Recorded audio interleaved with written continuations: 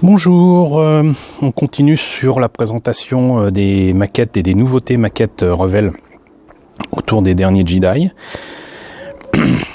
C'est des maquettes que je n'ai pas trouvées dans le commerce, je l'ai déjà dit. Donc du coup j'ai été obligé de les commander sur le net. Une méthode que je n'aime pas. Mais voilà, je me disais que voilà, on est début décembre, il n'y a toujours rien dans les commerces. J'en ai vu nulle part. Donc voilà.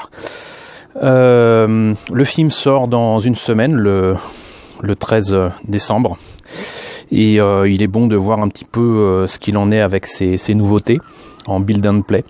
Je n'ai pas entendu parler de maquettes Revell autres que de cette collection-là, exactement comme pour Rogue One. Et on a là le A-Wing de la Résistance. Donc le A-Wing est devenu légendaire avec son apparition dans le Retour du Jedi. On le voit aussi dans Star Wars Rebels. Ça fait apparemment partie des premiers vaisseaux utilisés par l'Alliance Rebelle assez tôt finalement dans l'histoire de Star Wars. Mais surtout c'est un vaisseau qui a été designé par Ralph McQuarrie qui avait travaillé également. Merci Kaline d'avoir bougé la caméra. Petit chat. Et donc c'est un vaisseau qui a été designé par Ralph McQuarrie exactement comme pour le X-Wing et tant d'autres vaisseaux de Star Wars. Et là il apparaît avec la livrée bleue. Exactement comme dans les dessins de Ralph McQuarrie, et en fait le design même du vaisseau est vraiment à l'identique de ce qu'il y a dans les dessins de Ralph McQuarrie du Retour du Jedi. Notez que d'ailleurs parmi les rares vaisseaux qui ressemblent à quelque chose dans le Réveil de la Force, le X-Wing notamment de la Résistance en fait est ni plus ni moins que le design qu'aurait dû être celui du X-Wing dans la Guerre étoiles, donc un dessin qui date de certainement 75-76, et même les bandes qui indiquent quels sont finalement le rang en fait du pilote de X-Wing, c'est exactement ce qu'il y a dans les dessins de Ralph McQuarrie. Donc on a là le A-Wing de la Résistance, qui apparaîtra bien évidemment dans le film, qui fera certainement partie aussi des rares vaisseaux avec le X-Wing à être reconnaissable et à ressembler à quelque chose. Et donc build and play, donc ça veut dire que facile à monter, avec du bruit, du son, donc de la lumière aussi a priori, et un truc vraiment excellent pour les personnes qui veulent débuter dans la maquette. Moi franchement je recommande. On va voir immédiatement ce qu'il y a dans la boîte. Allez, alors on a pas mal d'éléments qui sont, alors ça c'est aussi quelque chose que j'oublie à chaque fois de préciser, mais c'est une maquette particulière puisque ce sont des maquettes qui ne sont pas livrées avec des grappes. Donc c'est parfait pour débuter parce qu'il n'y a pas besoin d'outils pour dégrapper puisqu'il n'y a pas de grappe. Les pièces sont fournies telles quelles, c'est juste à monter. Et donc c'est parfait pour les débutants parce qu'il n'y a pas besoin de grappes à dégrapper, il n'y a pas besoin de quoi que ce soit. Et donc il y a juste à enlever les pièces qui sont dans les petits sachets plastiques. Et ce que je trouve absolument formidable avec ces nouvelles maquettes, c'était déjà le cas avec Rogue One, c'est que Revell s'est ravisé concernant sa politique de ne pas mettre de figurines avec ses maquettes, peut-être par peur de voir les figurines en question être avalées par les plus jeunes, mais enfin il y a des pièces tellement plus petites que les figurines que c'en était ridicule. Donc ce qui est génial, c'est qu'il y a des pilotes enfin avec ces maquettes là, et que moi ça me fait quand même super plaisir de voir qu'il y a enfin des pilotes, et en plus des pilotes qui sont pas mal. C'est-à-dire que celui-là par exemple, je pense que moulé et reproduit pour être mis dans les gros X-Wing, ça peut être sympa. Ça peut être sympa. Donc voilà, on a toutes les pièces en présence. Oups, si je faisais une petite mise au point, ce serait pas mal. Comme pour le vaisseau de Kylo Ren, un petit papier pour indiquer que les piles sont remplaçables. Visiblement, là il y en a 3, c'est des piles boutons. La notice est en couleur et on va la suivre pas à pas pour pouvoir monter le vaisseau. Alors, hop, je fais ça en direct live, comme ça vous pouvez voir que c'est effectivement assez facile à faire. Donc là, on a le cockpit qui a priori doit se coincer là. En fait, c'est clairement comme un jouet à monter, hein. Je note au passage que le cockpit, la verrière est transparente, mais c'est pas nickel, hein. C'est très très loin d'être nickel. Donc étape 2, ça va être un petit peu plus compliqué. Il faut visiblement placer ces éléments-là sur la partie inférieure du kit. Voilà qui est fait. On a là donc le cockpit et la partie moteur qui ne marche pas là parce que je n'ai pas enlevé la languette. Voilà qui est fait. Pouf, et ça donne. Alors c'est un peu faible, mais j'aime beaucoup la lumière qu'il y a. Petite lumière jaune là. Et vous noterez que les détails à l'arrière du moteur sont magnifiques. C'est vraiment sympa. Donc tant qu'à vous montrer, autant que le focus soit fait. Bon, voilà.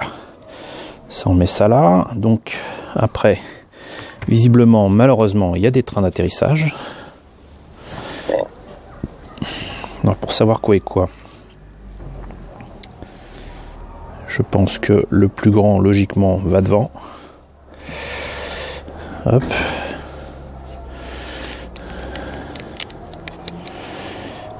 Et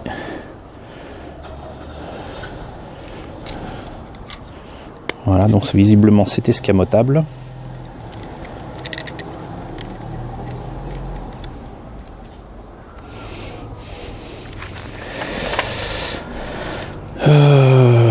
C'est étonnant. Il faut apparemment placer cette pièce-là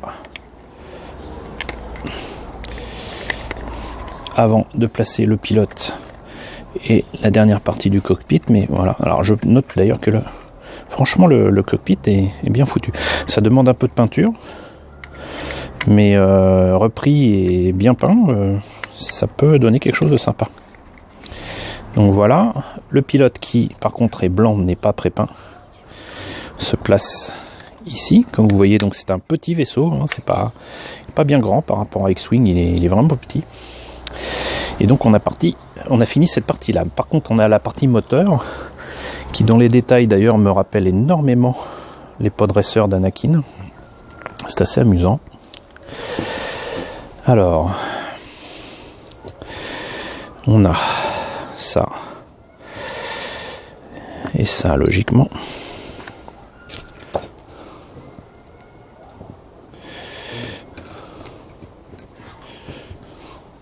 Et les parties transparentes à placer ici.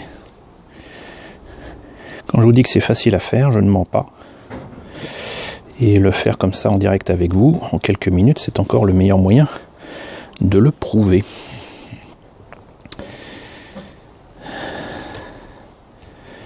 Hop. Un petit cercle à rajouter, c'est peut-être la partie la plus compliquée à faire. On va faire ça comme ça. D'accord, alors ça, ce que j'aime vraiment beaucoup, c'est que les détails des moteurs là seront invisibles une fois terminés, mais ils sont quand même là. Ce qui prouve que ça va un poil au-delà de la volonté de faire un jouet à monter. Parce que si vous faites un jouet à monter, si vous faites le moins de pièces possible, à la rigueur, s'il n'y avait pas ces détails là, ça serait pas grave. Alors j'espère que j'ai bien monté tout ça. Alors je m'en mêle un petit peu les pinceaux là.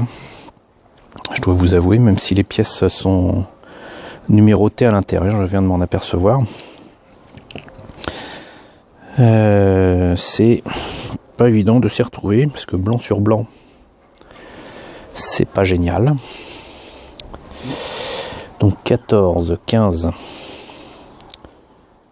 Non, là c'est la 20, donc ça va pas. Donc on va peut-être essayer de prendre les bonnes pièces. Donc là c'est pas bon. Là vous avez des trucs ici qui font que ça va sur certaines pièces et pas d'autres. Donc on va essayer de bien penser. Parce que du coup, vous n'êtes pas supposé vous tromper. Voilà. Et j'ai oublié de mettre ceci. Alors.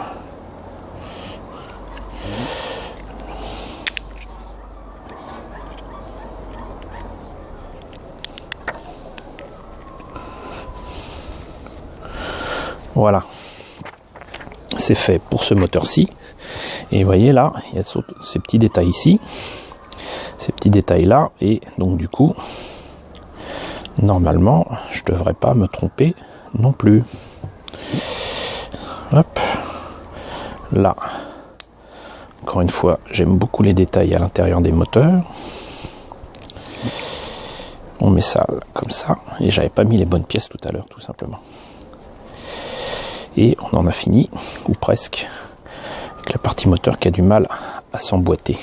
Ça me rappelle la façon dont on fait les gâchapon au Japon, sauf qu'eux, ils mettent carrément pas de notice, puisque le but du jeu, c'est aussi de faire joujou avec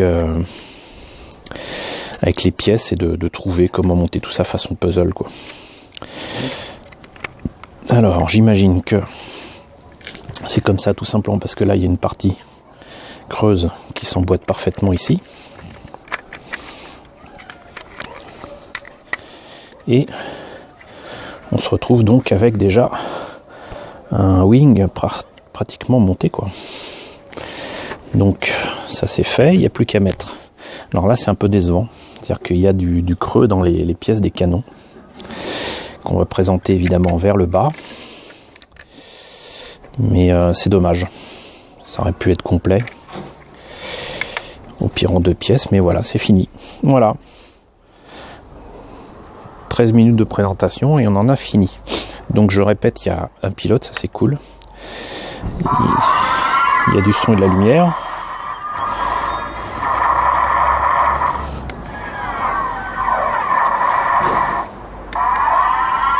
Apparemment, il n'y a que 2 sons. Il y a des détails là où il faut. Les trains d'atterrissage sont escamotables, mais il n'y a pas j'allais dire les baies de train.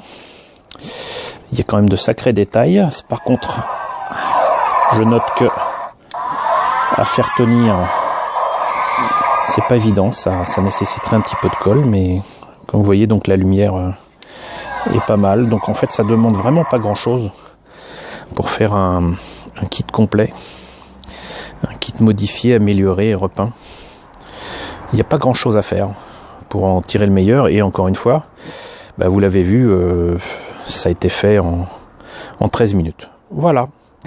Bah écoutez, j'espère que cette présentation vous a plu. N'hésitez pas à me dire ce qu'il en est dans la section commentaires. N'hésitez pas à liker, n'hésitez pas à partager, n'hésitez pas à vous abonner si ce n'est pas déjà le cas. Je vous retrouve très très vite pour la 3e dernière vidéo de présentation de ces nouveautés Revell que je me suis fourni, avec donc le Heavy Assault Walker, qui est donc visiblement la nouvelle génération de AT-AT des derniers Jedi, donc à l'occasion de la sortie du prochain film de Star Wars, l'épisode numéro 8.